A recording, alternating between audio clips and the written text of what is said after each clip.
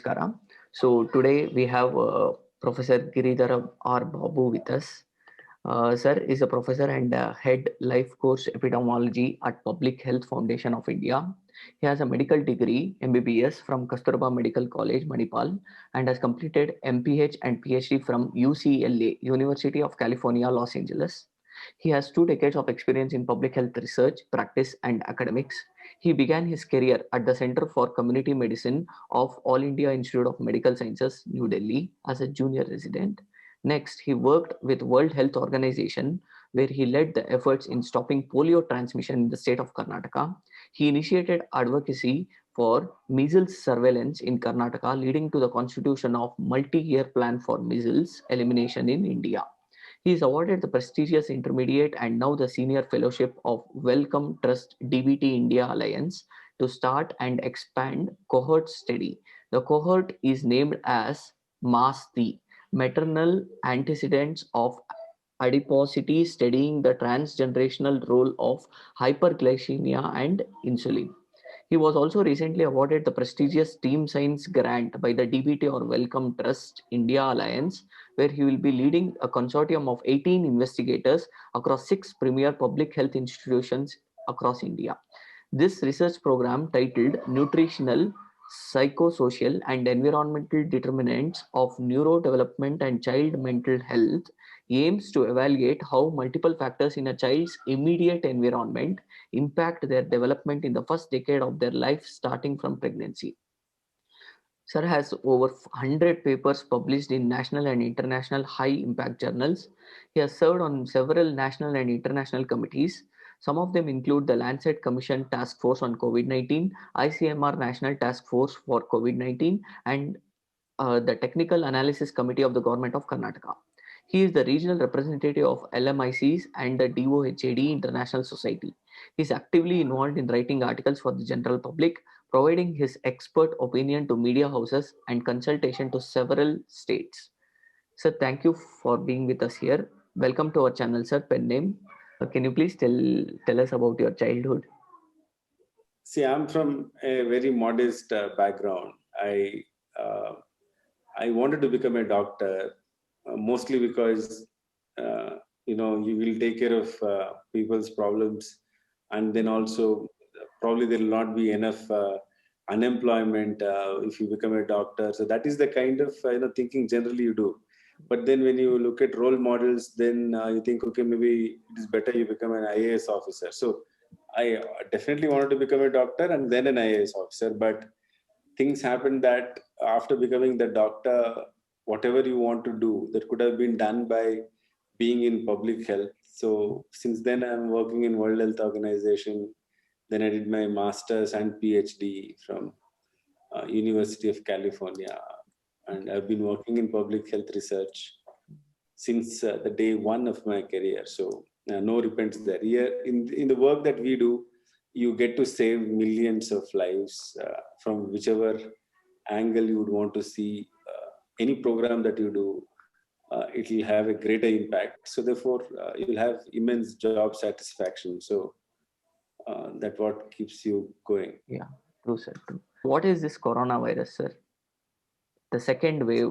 They are actually calling it the second wave. Is it actually the second wave or is it the first wave? So this is the RNA virus. Viruses are microorganisms that you cannot see barely from your eyes. These are very miniature forms. Once they infect, they'll cause infection, like we get common cold and all that. So why they call first and second wave is SARS-CoV-2 is a new virus, and that virus has infected many people all over the world, and it has a higher chances of making people sick. When I say higher, nearly 10% of the people who are infected can become severely sick, requiring oxygen, ventilator support. In addition, mortality might be of 1%. So out of 100 people who get the infection, maybe 1% might succumb to the disease. Okay. So first time when it came, it infected many people in India, and India was in lockdown for a very long time. And then when we thought we have already won, I mean, that's what the victory in terms of all the activities happening in India, all activities in terms of religious congregations, political rallies, and now there are newer variants of this virus, which has again caused a new outbreak, and that's why it's called second wave. Okay. Sir, so the virus is capable of adapting itself to the changes in environment. So it has become more deadly, no, sir? No, it's not become deadly. If it has become deadly, then the number of deaths would have been much higher. Okay. Mortality is not increased. The percentage is same, around 1% or less. But it is more infectious. That's what the initial evidence says, which means that it is more contagious, spreading faster. So when you have more people getting infected, 1% of that more people will always have higher number of deaths. So Okay. Sir, you have seen that first wave and now the second wave. So what are the difference in symptoms between these two, sir? Are there any extra symptoms in the second wave? most of the symptoms are same, but in addition to the first wave, which was characterized by fever, cough, weakness, anything like every year when we get viral fever, this time they also have headache, diarrhea as one of the characteristic features. Okay. Sir, are there any long-term effects of this COVID-19, sir? It is very early to know what are the long-term consequences, but both in terms of short and long-term, there are adverse effects because of somebody having COVID-19. So in the short term, you can have weakness, some fever will be there for some time. Breathlessness is also found in some people. The long-term consequences of what is happening with the COVID-19 positive people that we have to study and find out. It is too early because the disease is only here for a year or so. Yeah. Sir, and is this virus a zoonotic virus, sir? Is there a possibility that it can spread to animals, again manipulate itself and then come back to humans again? Yes, disease is zoonotic diseases. Most of the pandemics are zoonotic diseases, even in the future. So this has the origin from the animals, and then it has come to human beings. Okay. Whether from human beings it can again go back to animals, that we don't know. In the days to come, in the years to come, more and more zoonotic diseases, nearly 60% of the new diseases will be zoonotic diseases. That's why we need to take care of the nature and stay in balance with the ecosystem. This is called as One Health approach. One Health approach. Okay. Sir, how do I know that I have got these COVID symptoms? The second wave. Yeah. So see, second wave is just nothing but COVID-19 only. Now the number of people who are getting infected are more this time. That's why we are calling it a second wave. The first wave also there were people, second wave also there were people infected with the SARS-CoV-2. So the disease name is COVID-19. The virus is SARS-CoV-2. So most people don't even know that they would have got the infection, what we call as asymptomatic. Okay. But if people have symptoms, sore throat, generally they'll have that as the first symptom, loss of smell, loss of taste, fever, cough, headache, weakness. Any of these which suggest any viral illness, we should not neglect. We should immediately get it tested. Sir, and see if it is because of. Okay. Sir, which test do you prescribe for testing this virus, coronavirus? There are so many tests, no, sir. Rapid tests are there. There are two tests. One is rapid antigen test. The other one is RT-PCR test. RT-PCR. So whatever you have, they'll all have different trade names or the time taken to process it. But generally, in India, we have rapid antigen and RT-PCR. RT-PCR is the gold standard. We should get, especially if you have symptoms, one of these tests should be done. If you do not have symptoms, then RT-PCR is recommended. Okay. Sir, according to your opinion, when might this pandemic end? If it will? After a disease spreads through humanity. The virus can't, disappear on its own. It'll stay with us. So what we call as endemicity. So that means virus will become probably less infectious. It'll have some seasonal trend. It'll have modifications, and it will continue to stay with us. That's called what is endemic. So I don't see the end of virus as the end of pandemic. After pandemic, there'll be endemic. We'll have to see how to manage this virus time and again. Sir, right now we have two vaccines in India, Covaxin and Covishield. So, what are the myths around these vaccines, sir? How do we really need to get vaccinated?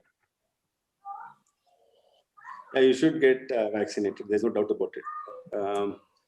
I don't want to say what are the myths. If you think there are any myths that you want me to address, I'll be happy to answer. People think that okay, like there might be a blood clot if we take vaccine. Like there are some cases, like very few cases in UK where people have got this problem. See, blood clot is a normal what do you call pathology. As you age, there will be vessels becoming smaller. If the vessels become smaller, then there are if a pathognomonic feature we call as atherosclerosis. That will happen, and hence clots can occur. In most people, even without vaccine, clots can be there. We don't know. So we have to understand what is the background risk. And then for women who take oral contraceptives, the risk of blood clots is higher, much higher compared to people who take vaccine. In those who take vaccine, when you observe millions of people, you hardly find one or two people who are having blood clots. So if we have already vaccinated so many people in India, if we had to have blood clots, then there would have been many, many deaths. So I don't think there is credible evidence to support that. True, sir. Sir, and since you're in the task force of Karnataka COVID-19, I would like to ask, is there an economic advisor in the task force? Now, there is many committees. Okay. The task force overall is different thing. I am in the technical advisory committee, which means that we speak only of public health, epidemiology, social aspects. So the economist will be consulted by the finance department, and there is a testing committee, there is a medical expert committee. Like that, government of Karnataka has many committees. Okay. Sir, are antibiotics effective in preventing or treating COVID-19? No. Antibiotics are for microorganisms that are different from virus, which is called bacteria. So in this disease, you need antivirals, if anything, if you have any effective. But most important is vaccine. Okay. Sir, and has the health system collapsed totally? So if it has collapsed, what is the message that you wish to give it to the government and to the people? See, health system cannot collapse. When I say collapse, things won't be functioning the way they're functioning now. So there is severe strain on the health system for sure. There's immense workload. As a result of that, people are unable to find beds, oxygen, critical care.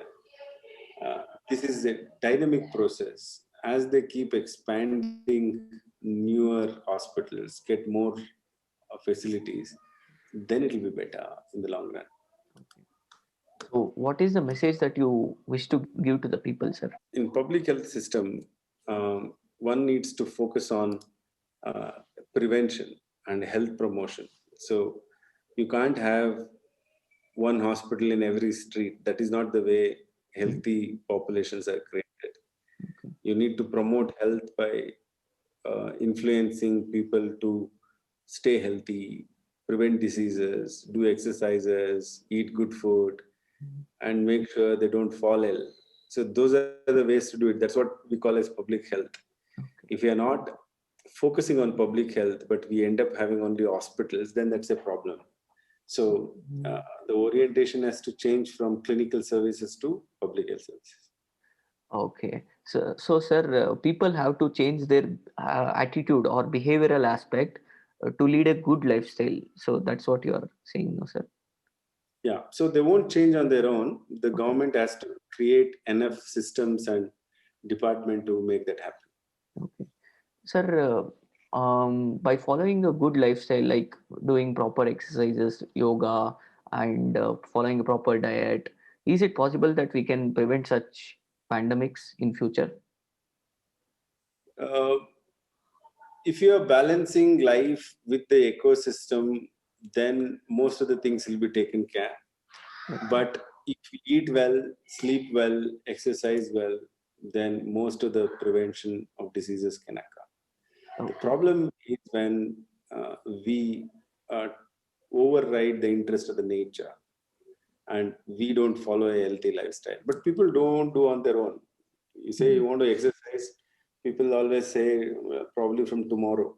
So you need to create enabling environment for that. Okay.